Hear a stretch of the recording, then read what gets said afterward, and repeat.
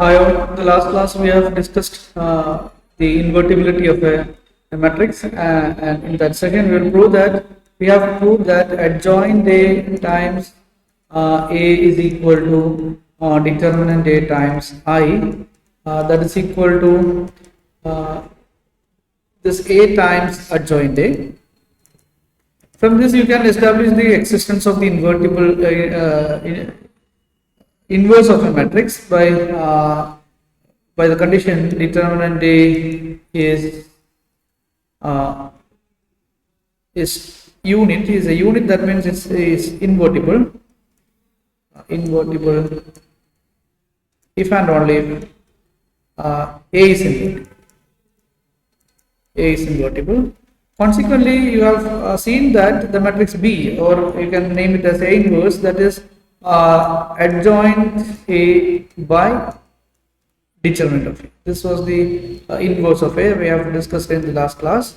And in case if we are considering a field, then every non-zero element is a unit. Then if we take the K as the corresponding field, then dit A not equal to 0 will give the unit elements. So that means if this happens, then we can say that dit is a unit element if and only if this A inverse exists, and A inverse is equal to adjoint A times 1 by determinant A. So this is by determinant A. So in this case, in the case of a field, we can say that dit A not equal to 0 if and only if A inverse exists. Now we will prove the as the last session of this properties of determinant, will prove the Cramer's rule to solve a system of linear equation.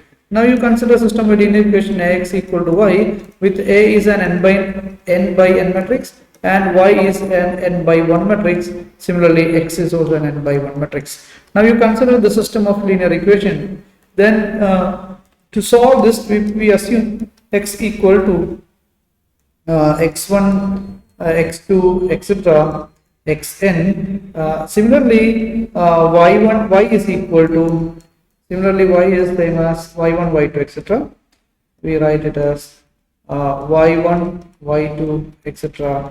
yn. Now we prove solve this using adjoint. We multiply the both side of this equation by adjoint of A. Adjoint A times Ax equal to adjoint A times y, the matrix y, and this is associative. So adjoint A into A is same as determinant A times I into x. I into x is same as x itself. So that will be adjoint A times y. Adjoint A times y. Now you write this is determinant A times. What is the jth entry of this? What is xj? How will you get it xj for j is equal to 1 to 3, etc. So jth entry is obtained by multiplying the jth row of adjoint A with this matrix. Okay, so we write this is equal to some I equal to 1 to n jth row of this, that is adjoint A, the jth row, that is ji. This will give the, when this I varies from 1 to n, this will vary over the jth row of A, since this is j is fixed, and this times yi. Okay, so these are the ith column entries of y. Okay, now we have that will give the jth entry, and this is equal to, by definition we know that adjoint of A is, this is I equal to 1 to n.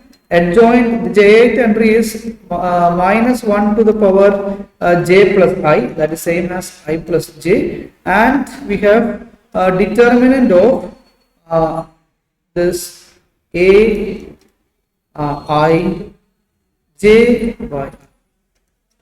Okay, and y. So this is the this is first we write, before that we write this is jith entry of adjoint A is defined to be ijth entry of or Cij, that is the cofactor, ij the cofactor, that is the jth entry of adjoint A. So this times y is, we first write this, and then we replace the value of the Cij. That is going to be this is I equal to 1 to n, and this will be minus 1 to the power I plus j, determinant of a I j, here a I j, not j I, times yi. Okay, now you compare this with the equation of the determinant, or this is equal to minus 1 raised to I plus j. We write yi here, and we have determinant of a I by j. Okay, so this is from I equal to 1 to n. And this, when you compare this with the equation of the determinant, what we have discussed in the previous sessions of this chapter, that is this will be the determinant function that is defined to be I equal to 1 to n minus 1 raised to I plus j. This is aij, and this is determinant of aij.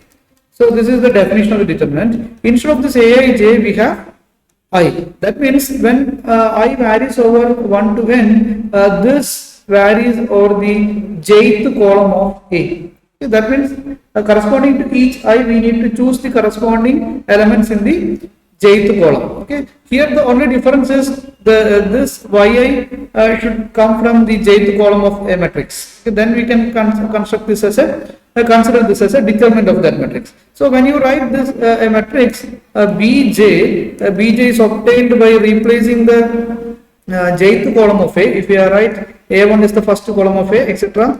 Jth column of A is replaced by the corresponding y, that is y1, y2, etc.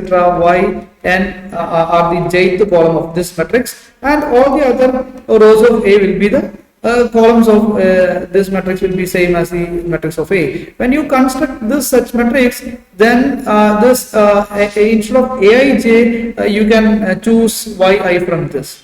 Okay, so that will give, or this equation will give the determinant of this matrix instead of A. Okay, so this is nothing but determinant of the matrix constructed here. Okay, so this is the determinant of a matrix Bj obtained by replacing the jth column of A by the corresponding column matrix Y.